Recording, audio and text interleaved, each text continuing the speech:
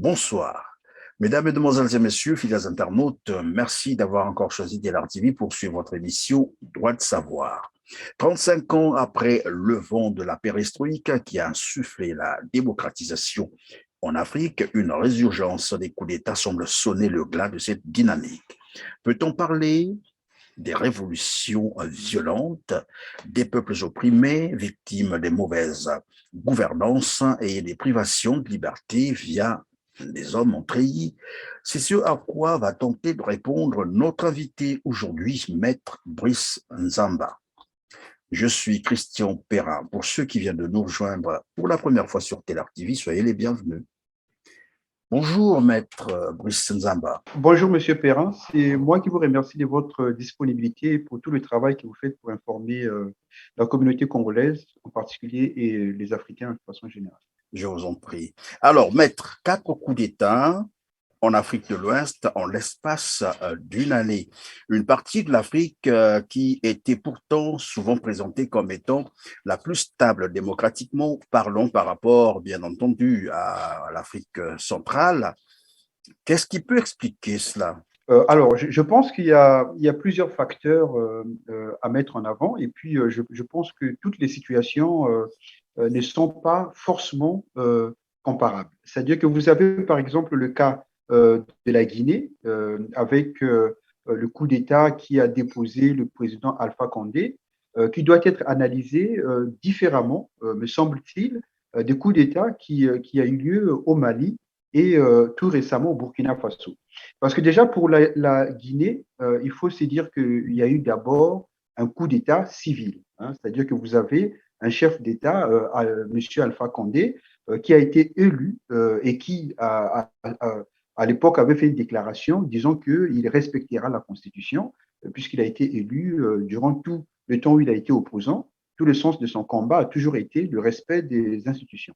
Alors, il arrive au moment où il a fait ses 2 mandats et qu'il aurait dû s'arrêter, il estime qu'il fallait changer la Constitution. Donc, vous avez déjà un chef d'État qui est le garant des institutions et qui devait donc être celui qui assure, qui régule les institutions et qui protège les institutions, qui, pour son caprice, décide de renverser l'ordre constitutionnel pour mettre en place un système qui va dans le sens de ses ambitions politiques. Donc, vous avez déjà un homme politique qui va à l'encontre de la Constitution et qui pose un précédent. C'est-à-dire lui-même, il pose un précédent par lequel il fait comprendre à l'opinion nationale guinéenne qu'il est possible d'aller à l'encontre de l'ordre constitutionnel, puisque lui-même, il le fait.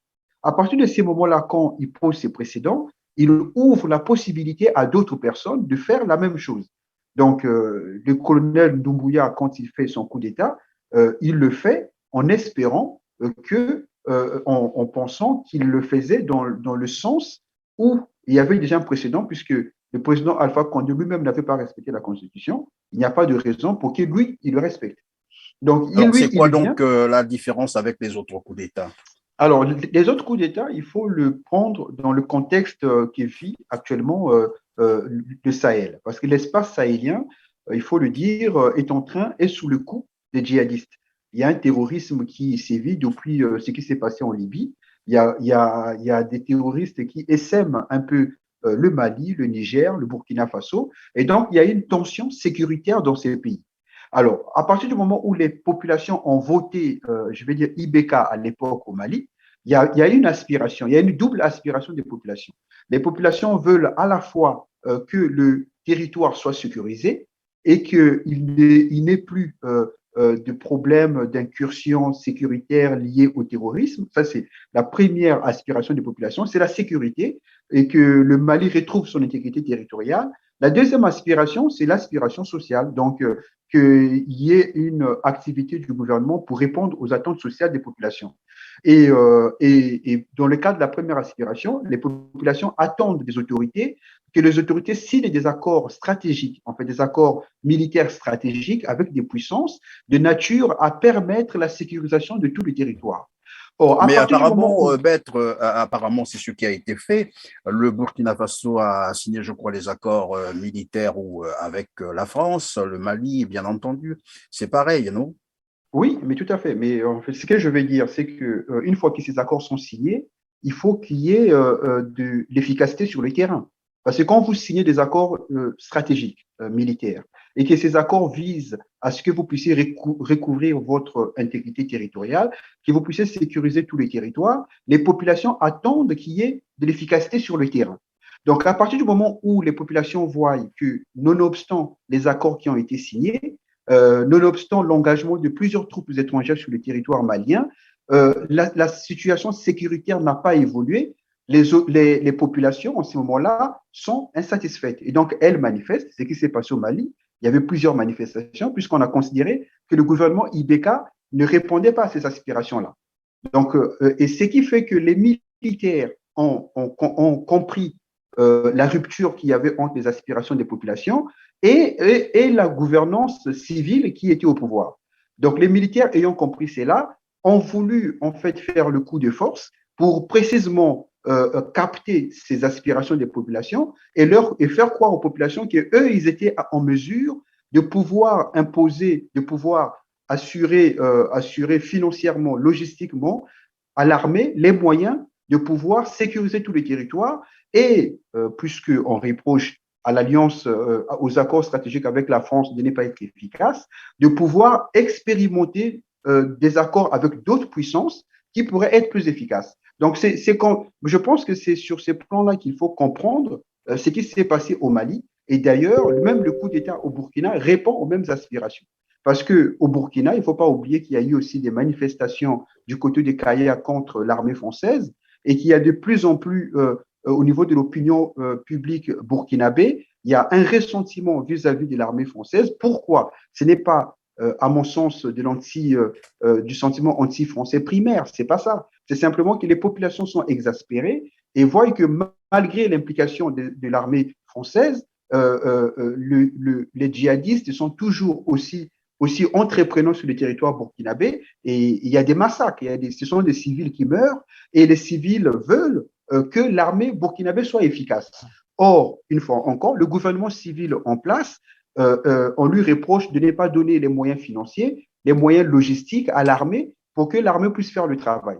Et dans ces conditions, qu'est-ce qui se passe? Il y a des militaires qui pensent qu'il est mieux de prendre le pouvoir pour précisément donner les moyens à l'armée financiers, logistiques et pourquoi pas envisager d'autres accords militaires stratégiques avec d'autres puissances, en l'occurrence la Russie. Donc c'est un Mais contexte. maître, lorsqu'on prend les deux cas, bien entendu, le Mali et le Burkina Faso, vous venez de l'expliquer tout à l'heure, est-ce pour autant dire que ces coups d'État seraient légitimes ou peut-être que c'est l'incompatibilité, vu la situation sécuritaire telle que vous l'avez expliqué, est-ce pour dire que les civils sont incompatibles à ce genre de situation? Voilà. Alors, moi, je ne dirais pas ça. Je pense que c'est une affaire de leadership. Voilà. C'est-à-dire que tous les dirigeants ne se ressemblent pas.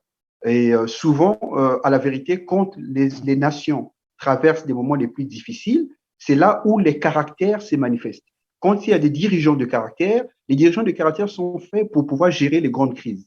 Mais quand vous avez des dirigeants qui sont mous, qui n'ont pas d'initiative, qui n'ont pas la volonté de résoudre les crises, en ce moment-là, il y a des frictions au niveau de l'armée. Je vous prendrai l'exemple de l'Éthiopie. L'Éthiopie, vous avez vu que l'Éthiopie était, il y a eu une rébellion, il y avait une rébellion et la rébellion était aux portes de la capitale. Il a fallu que le chef d'État puisse aller au front, puisse redonner encore les moyens financiers, logistiques à l'armée pour que l'armée puisse repousser les rebelles jusqu'à récupérer quasiment la totalité du territoire. Donc, je pense que la difficulté, c'est qu'en temps de crise, il faut des hommes de grande envergure.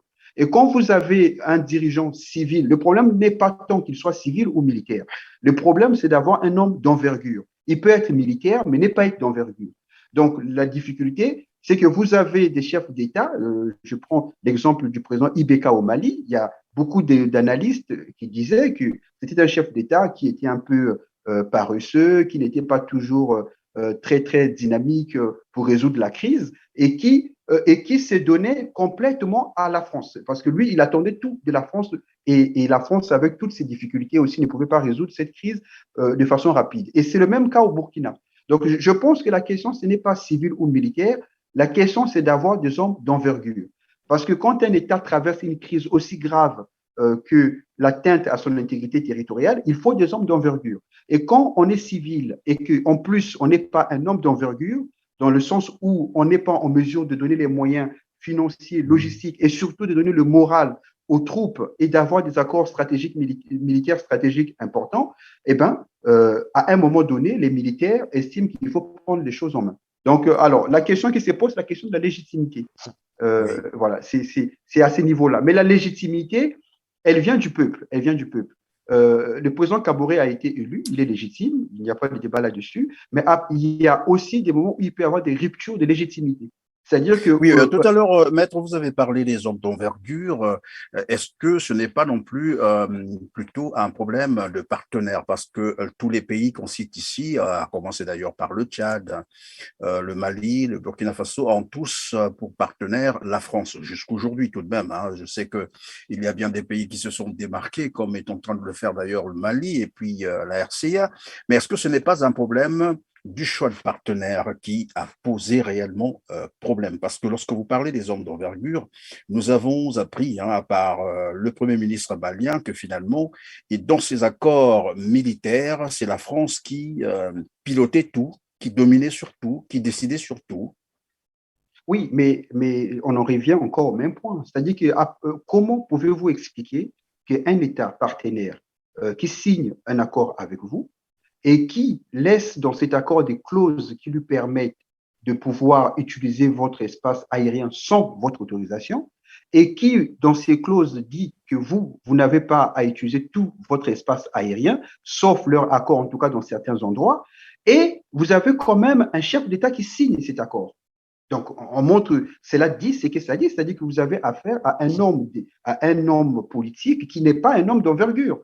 Puisque la souveraineté, je vais vous expliquer une histoire. Le général de Gaulle, en 1958, juste après, quand il est revenu aux affaires, à l'occasion de la crise algérienne, il a convoqué le représentant de l'OTAN à l'Élysée avec l'état-major de l'OTAN et il a posé la question de savoir quel était l'emplacement des armes nucléaires que l'OTAN avait en France et à quelle fin ces armes étaient en France. Alors, le chef d'état-major qui était là, qui répondait, c'était un Américain. Il lui dit, mon général, je ne peux pas répondre à cette question devant les autres chefs d'état-major. Je ne peux vous répondre que seul à seul. Donc, les autres chefs d'état-major sont sortis. Et donc, ce général américain va dire au général de Gaulle, mon général, je ne suis pas autorisé à vous le dire. Vous vous rendez compte? Le général de Gaulle, chef d'État de la France, il ne lui était pas autorisé de savoir où l'OTAN plaçait ses armes nucléaires en France et à quelle fin. Vous savez quelle a été la réponse du général de Gaulle? Il lui a dit, mon général, c'est la dernière fois qu'un chef d'État français vous pose cette question et c'est la dernière fois que vous lui répondrez de cette manière. Et dans les années qui ont suivi, la France a exposé sa première arme nucléaire et a fait des démarches pour que l'OTAN puisse récupérer ses armes nucléaires et que la France retrouve son opérationnalité sur son territoire. Vous voyez? Bon, je vous pense cet exemple pour vous dire, en Afrique, on a une difficulté d'avoir des hommes de vision, d'envergure et qui portent le sens de la souveraineté nationale. Le problème, il est là. Donc, c'est pour vous dire que ce soit le président Ibeka ou que ce soit le président Roch Kaboré, quand le pays est en crise, il faut des hommes d'envergure. C'est comme ça. Est-ce Voilà. qu'on peut Donc, penser que pour répondre à votre question, Oui, moi, je pense que la question, c'est pas tant la France. La France, elle joue son jeu. La France, elle a sa vision stratégique du Sahel, elle a sa vision stratégique de l'Afrique et elle joue son jeu. Donc, il ne faut pas reprocher à la France le fait de jouer le jeu qu'elle entend jouer pour maintenir sa place de puissance en Afrique. En Afrique. La question, c'est plutôt au niveau des dirigeants africains qu'il faut la poser. Ce sont les dirigeants africains qui ne jouent pas le jeu de la défense des intérêts vitaux de leur population. Donc le problème, ce n'est pas la oui, France. mais pourtant, oui, évidemment, longtemps on a toujours accusé les Africains de ne pas prendre leurs responsabilités, mais nous avons un cas tout à fait précis désormais, le Mali qui semble ou qui tente de prendre ses responsabilités, et nous sommes en train d'assister comment le Mali est en train d'être asphyxié par pratiquement la communauté internationale, et on voit bien comment la France s'active, mais vraiment à nuire le Mali qui tente de prendre ses responsabilités. Pourquoi ne pas dire que c'est la France aussi qui est responsable dans tout ça? Non, mais c'est de bonne guerre, M. Perrin. Il faut comprendre une chose, c'est que sur le plan international, les relations internationales, ce n'est pas un lieu où on se compte fleurette. C'est pas un lieu, c'est pas un gala où chacun s'est fait des cadeaux, où on invite à danser. Il faut aller au-delà des apparences de courtoisie que les chefs d'État échangent entre eux. Les relations internationales, c'est un endroit où se déploie la puissance. Donc, la France considère ces pays africains comme étant son précaré. À partir du moment où il y a un État africain considéré comme faisant partie de son précaré, veut s'éloigner de son influence, la France use des moyens qu'elle dispose pour dissuader les autres qui auraient la même idée ou de faire, de réduire le régime qui veut s'éloigner. C'est de bonne guerre. Donc, ce qui veut dire que quand des dirigeants africains veulent s'éloigner de l'influence française, ils doivent réfléchir à plusieurs fois, ils doivent avoir une stratégie bien planifiée et pouvoir se protéger économiquement, se protéger militairement, se protéger politiquement. Donc, il faut se protéger sur tous ces domaines-là parce que vous n'allez pas attendre de la France que vous voulez vous éloigner de son influence et puis elle va vous dire oui, allez-y, vous pouvez partir, on n'a plus besoin de vous. Ben non, ça ne se passe pas comme ça en politique. Vous souviendrez que le président Sékou Touré, quand il avait dit non à la communauté, ben, qu'est-ce qui s'est passé? Ben, la France a fait tout pour pouvoir l'isoler. C'est la politique, c'est normal.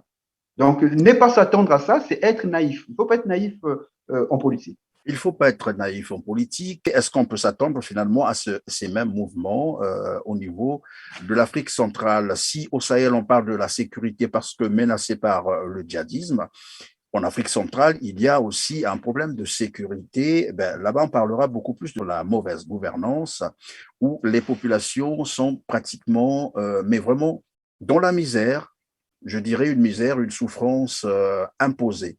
Est-ce qu'on peut s'attendre évidemment à ce genre de réaction du côté, par exemple, des hommes en treillis? Je pense que, comme je l'ai dit, euh, il y a d'abord une tension sécuritaire au niveau des pays du Sahel qui explique pourquoi il y a une aspiration à plus de sécurité de la part des populations qui sont massacrées par les djihadistes. Et cette aspiration-là pousse notamment les populations à vouloir plus de sécurité de la part des gouvernants. Quand les gouvernants ne répondent pas à cette aspiration, les hommes en treillis peuvent entrer en jeu pour assurer la cohésion entre cette aspiration et leurs revendications de prise de pouvoir. Mais vous ne pensez pas, vous ne pensez pas, Maître Brice, vous ne pensez pas que lorsque les gouvernements ne répondent pas non plus aux attentes sociales, par exemple, des populations, que cela peut générer des frustrations jusqu'à bien sûr, bien sûr, faire de sorte que les hommes en treillis prennent les choses en main? Oui, oui, je pense que c'est possible, c'est une possibilité. Mais bon, moi, en faisant les analyses, je vois ce qui est possible dans le sens pratique et ce qui est possible au niveau des idées. C'est-à-dire que sur le plan idéal, on peut imaginer bien sûr que les hommes en treillis peuvent prendre le pouvoir, mais il faut voir quelles sont les forces en présence. Je prends un pays comme le Congo-Brazzaville. Le Congo-Brazzaville, vous avez un pays où la quasi-totalité des généraux viennent de la même tribu que le chef de l'État. Vous avez en fait le côté surarmé de la garde présidentielle dont l'armement dépasse même l'armement de l'armée. Alors, c'est-à-dire que toutes les composantes, les forces qui peuvent faire qu'il y ait un mouvement interne au régime pour un changement en tout cas de personnes à la tête de l'État, c'est sous contrôle en fait en fait, il y a des alliances qui sont fortes et qui ne permettent pas objectivement de croire qu'un officier au Congo puisse prendre le risque, en fait, puisse incarner la revendication des populations pour faire un coup d'État. Moi, je pense que sur le plan objectif, le risque est moindre parce qu'il y a une forte tribalisation du commandement militaire congolais et il y a une discipline de ce commandement derrière un homme, donc c'est un fait. Et donc, c'est serré. Oui, oui, mais dans le cas du Congo, par exemple, face bien entendu à la mauvaise gouvernance, à la privation des libertés, et on sent aussi aujourd'hui la confiscation du pouvoir. Quelle alternative pour le Congo? Alors, moi, ce que je pense, c'est qu'il faut qu'il y ait des forces, il faut qu'il y ait une organisation politique qui puisse avoir ses relais sur le terrain, donc au Congo, qui puisse organiser une insurrection populaire. Donc moi, je pense que la solution pour le Congo, c'est une insurrection populaire. Mais une insurrection populaire, ça se prépare, ça s'organise et ça s'est fait dans le temps avec des gens qui sont sérieux, qui sont disciplinés, qui ont le sens du secret et qui savent travailler. Voilà, donc moi, je pense que c'est ça pour faire court et n'est pas trop développé, c'est ça. Donc, mais je pense que si il y a une organisation qui peut préparer, accompagner et réaliser, accompagner les populations dans cette insurrection, c'est possible de le faire. C'est possible. Mais vous savez, pour incarner une insurrection, il y a d'abord la confiance. Il faut qu'il y ait des dirigeants qui génèrent la confiance auprès des populations. Donc, il faut qu'il y ait un dirigeant ou un groupe de gens qui suscitent suffisamment la confiance et qui peut donner suffisamment d'espoir aux gens pour que les gens prennent des risques pour que le régime change. Or, s'il n'y a pas un groupe de gens qui suscitent cette confiance-là, il n'y en aura pas. Parce que le travail que fait une dictature, c'est précisément de couper le lien entre les aspirations populaires et les dirigeants. De faire donc de corrompre les dirigeants pour que les aspirations populaires n'aient pas des personnes pour les porter jusqu'au bout. Donc, quand les dirigeants sont corrompus, les populations peuvent avoir des aspirations, mais personne ne va les Oui, porter jusqu'au mais bout. qu'est-ce que vous pensez, par exemple, des révolutions nu-pieds, comme on les appelle, c'est-à-dire pas de leader, mais la population peut arriver à un moment où elle prend carrément ses responsabilités parce que trop c'est trop. Oui, mais même ces genres de révolution, il faut voir d'abord le soubassement sociologique. La sociologie est très importante. Voilà, ce sont des révolutions qui ont été faites dans des pays musulmans où il y a souvent une forme d'éthique, il y a une forme de ralliement sur certaines valeurs qui dépassent un peu les considérations d'origine. Voilà, c'est-à-dire qu'au Congo-Brazzaville, il faut comprendre une chose, c'est que les hommes politiques ont réussi à diviser les Congolais sur la base de leurs appartenances ethniques. Et donc ça joue le jeu du pouvoir. Ça fait que quand quelqu'un s'élève pour pouvoir lancer des slogans d'insurrection, les gens vont dire c'est encore des gens de telle région et ils vont se désolidariser. Vous voyez? Donc c'est ça, ça fait qu'on a cette difficulté-là aujourd'hui. Et c'est pour ça qu'il faut faire d'abord un travail de fond de rassemblement. Il faut un travail de fond de rassemblement pour pouvoir dépasser ces considérations d'origine tribale et régionale. Donc, c'est le premier travail à faire parce que pour les révolutions spontanées, ce sont des révolutions qui ont souvent cours dans des pays où la base sociologique est quasiment unitaire. C'est-à-dire que les gens s'y retrouvent dans une même foi, comme l'islam, avec les mêmes valeurs, et donc vont pour revendiquer plus de droits et plus de libertés. Ouais, donc, parce que pour que les gens se révoltent, il faut qu'il y ait une identification à une certaine élite. Il faut qu'il y ait une élite qui incarne ces revendications et le peuple s'y retrouve dans cette élite-là. Donc, toute la difficulté, c'est d'avoir cette élite. Est-ce qu'il est possible, et ça sera la dernière question, est-il possible d'organiser évidemment la population congolaise pour une insurrection, c'est-à-dire l'organiser depuis l'extérieur, Ah comme oui, avait fait d'ailleurs parfaitement. Charles de Gaulle? Non, parfaitement. C'est juste une question d'organisation. Le problème, toute la question, c'est l'organisation. Si vous avez une élite qui est organisée, disciplinée, où chacun accomplit sa tâche comme il faut et comme il s'y doit, avec une implication financière conséquente, c'est faisable. Eh bien voilà, c'est la fin de cette émission. Merci, Maître Brice Nzaba, d'avoir été avec nous, mais surtout d'avoir disposé du temps pour nos téléspectateurs. Nous reviendrons vers vous pour d'autres questions. À vous aussi, chers téléspectateurs, merci de nous avoir suivis. N'oubliez pas de liker, n'oubliez pas de partager, mais surtout, n'oubliez pas de vous abonner pour ne rien manquer des programmes Télar TV. On se dit donc au revoir et à très bientôt. Merci.